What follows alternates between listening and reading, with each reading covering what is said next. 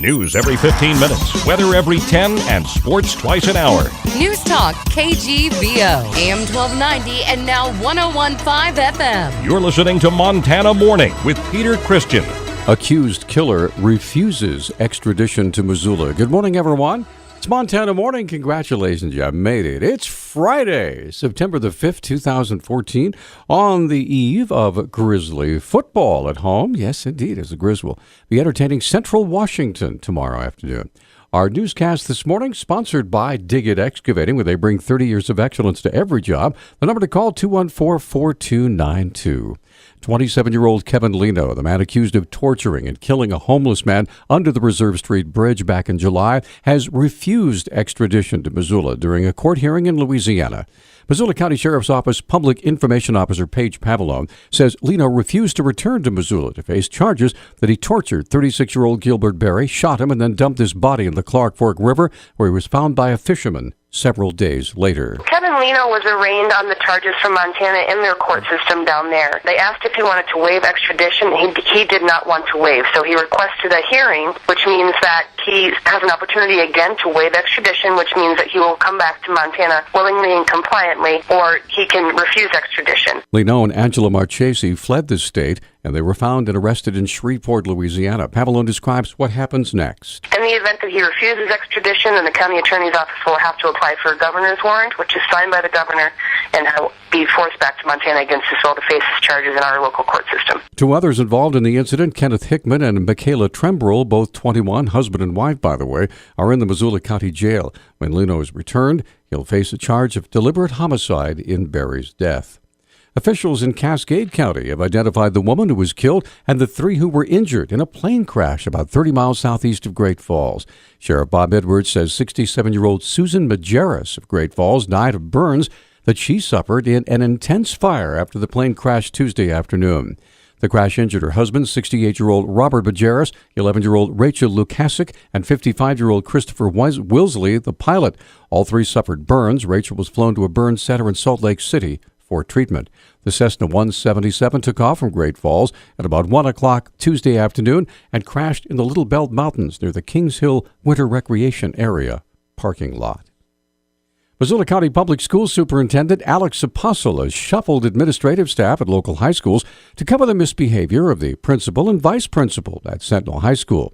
He made the announcement in a voicemail to Sentinel parents and then spoke to KGVO News. Ted Fuller, currently the assistant principal at Hellgate, has been named the interim principal for Sentinel High School for the 2014-15 school year. Ted will leave his post as the current assistant principal at Hellgate to provide leadership at Sentinel High School. And what about the two Sentinel administrators, Tom Blakely and Libby Oliver? Libby Oliver, Sentinel's current assistant principal, will be reassigned as the interim assistant principal at Hellgate High School.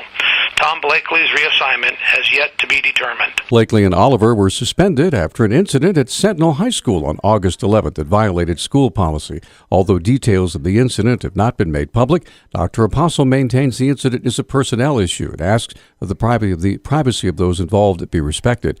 Apostle says Blakely is using his sick leave at this time and continues to be paid by the school district. The Bullock administration has approved premium increases and higher deductibles and co-payments for those covered under the state employee health plan. Governor Bullock's spokesman Dave Parker told Lee newspapers that the adjustments are needed to respond to increasing health care costs.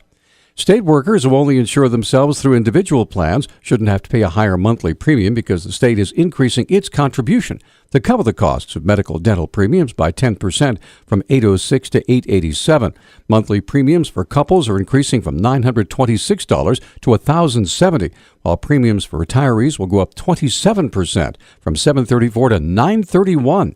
Co-payments for doctor visits will go from $15 to $20.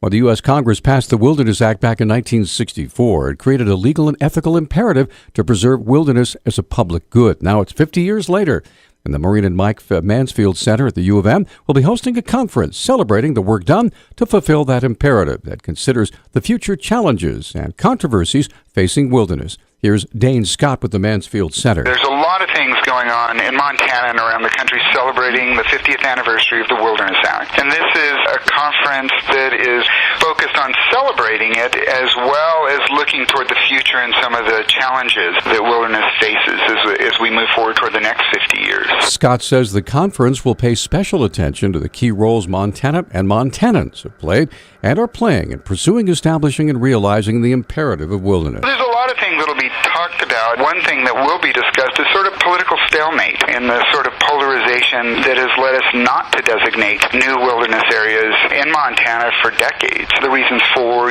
pro and con will be discussed. And also one of the things is climate change. The 2014 Fall Mansfield Conference, titled The Storied Past, The Troubled Future, The Imperative of Wilderness at 50, will be held Wednesday through Friday next week, September 10th through the 12th, at the University of Montana. Democratic U.S. Senate candidate Amanda Curtis says she wants to boost small businesses and end tax breaks for corporations that send jobs overseas. Curtis announced her jobs plan yesterday. It's the latest policy pitch in the new candidate's dash to introduce herself to voters in the race against Republican Congressman Steve Daines. Last week, Curtis toured the state touting an education proposal. Daines' campaign is focusing on increasing jobs by reducing government regulations. The Missoula City Fire Department conducted their monthly training yesterday by lowering rescue personnel to the ground from the roof of Aber Hall on the U of M campus, a distance of 110 feet. Captain Chad Kidd says the monthly training takes firefighters from rivers to trenches to the top of some of Missoula's tallest buildings. Today we're doing high angle training.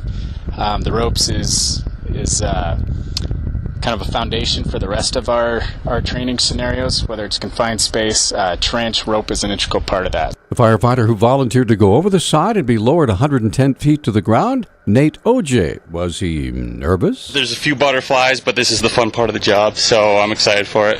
Oh, I volunteered for it. I hadn't got a chance to come off here yet, so I thought it'd be a good opportunity to do it on training before maybe do the real thing sometime. Yeah, I was up on the roof with him. You can see videos of the training exercise on our website at newstalkkgvo.com. Please forgive the shaking of the camera.